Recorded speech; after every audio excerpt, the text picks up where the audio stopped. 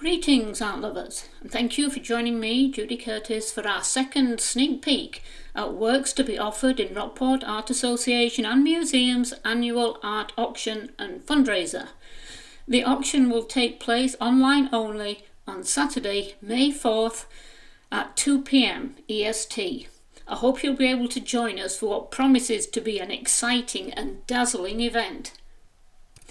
First up this week is Frederick J. Waugh, the noted marine painter, with a striking piece called Headlands.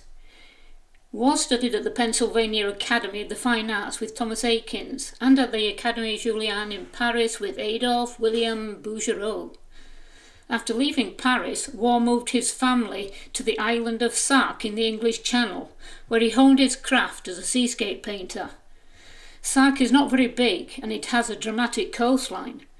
Here he studied the hydraulics of water and the subtle nuances of colour that give the ocean its fluid shift from grey to green to sky blue and dark blue purple, depending on the weather and depth of the sea. Waugh relied on what he called eye memory, composition and form, as well as colour and the mood of his scene. Waugh's approach to marine painting was simple. I spend part of each year studying the sea. I both paint it and watch it carefully, and the latter method of studying, I am sure, is invaluable. In that way, I fix certain forms clearly in my memory, and learn the why and how of the grand old ocean. Acquire the habit of constant observation, get at the heart of things. If you love nature, she will live you and teach you. A Frederick Waugh painting is a prize that will add value and quality to any collection. Next is Paul Strzyk with Rockport Harbour. Paul Strzyk was a very successful artist throughout his career, and his work is still sought after today. So what made him stand out in a community of talented painters? I believe this is because Strzyk was a master designer. In one of his books, he explained his philosophy. Once you've determined your placement of the main elements of your scene, think about design, which is a further refinement of compositional shapes into more considered, sophisticated forms. This requires a stylization of your subject's rhythms, shapes and angles. These aspects are often only subtly suggested by nature. In design, then, there is a hint of caricature. You sense the character of what you see, exaggerate it, and thus express it better on canvas. I couldn't have put it better myself. And once again, we are admiring the work of Antonio Serino. His day job of teaching jewellery making and design at the Rhode Island School of Design helped him see composition so well, and it carried over into his painting. This piece is called Waterfront. No matter the subject, no matter the size, Serino's paintings always draws into the scene. We've talked about the vitality of his brushwork, the broken colour notes that add solidity and dimension to the harbour wall here. Serino's constant study of nature and the environment enabled him to recreate the impression of a sunny day with a salty atmosphere.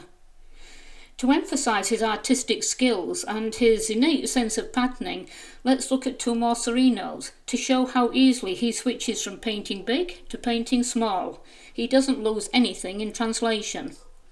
This is Backyard Sunlight. See how bright he keys his colour to uplift the senses.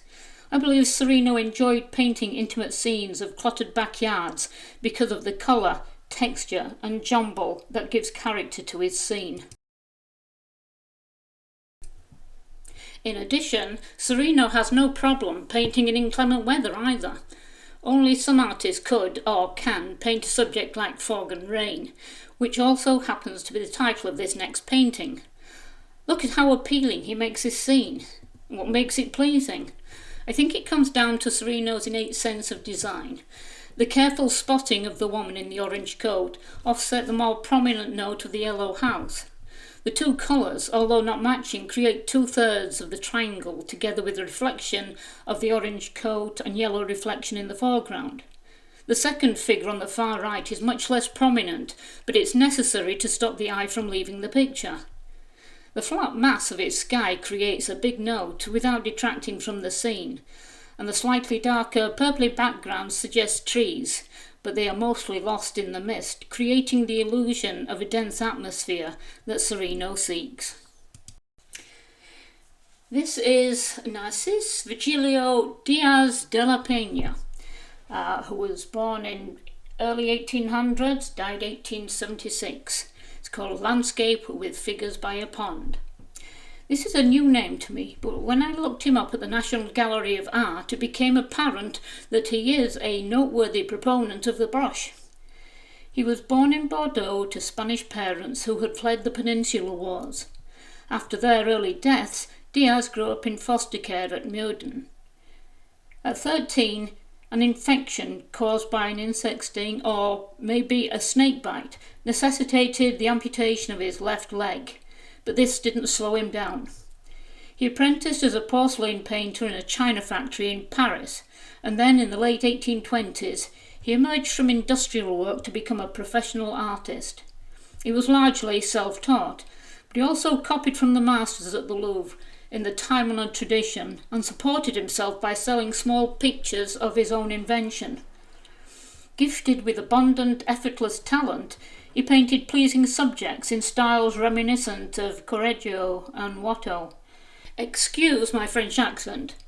In his mid-20s, Diaz explored the forest of Fontainebleau, where he became a regular summer visitor, forming a close association with Théodore Rousseau and other landscape painters of what came to be known as the Barbizon School. Diaz was awarded a first-class medal at the Salon of 1848 and appointed Chevalier of the Legion of Honour in 1851. His paintings commanded higher prices than those of Corot, Rousseau or Millet. In his early 50s, he became acquainted with a new generation of painters working in the forest, including Claude Monet, Pierre-Auguste Renoir and Alfred Sisley, and he offered them warm encouragement in their work and careers. Imagine that, Diaz was advising Monet. In later years, Diaz painted seascapes in the company of Gustave Courbet. Landscape with Figures by a Pool certainly displays the Barbizon look that made Diaz successful. Jane Peterson is an artist who raised the bar high, not only for other women artists but also for men. She first studied with Ipswich painter Arthur Wesley Dow at the Pratt Institute in New York, from whom she learned the importance of notan, which combines lights and darks, especially as used in Japanese art. Other instructors, such as Henry B. Snell of the Pennsylvania Academy of the Fine Arts and Frank Brangwyn in London, no doubt offered their influences. Still, during these early years of her training and career, no teacher influenced her more than the Spanish master Joaquin Sorolla, with whom she studied in Madrid and who taught her to paint quickly and assuredly to capture the fleeting effects of light. Dockside is a striking example of her skill and expertise and why she deserves her reputation of excellence in the arts. Autumn Leaves, Pigeon Cove. This is a brilliant example of oil painting by Anthony Teamy, who was one of the great characters of the early Rockport Art Association, as it was then. What can you say about a painting such as Autumn Leaves? Good composition, of course. Excellent use of colour, naturally. Teamy was one of those artists, like Sereno, who could spontaneously capture autumn's brilliance and bold colour without making it look garish. This is not an inconsiderable feat. This painting also has all of Teamy's signature brushwork, bright, bold and vigorous, and when you get in close, the impasto he achieves is spectacular. Well, that's it for me. I hope you'll join me next week, same time, same place, for our third and final sneak peek of the upcoming Rockport Art Association and Museum's 2024 Annual Art Auction.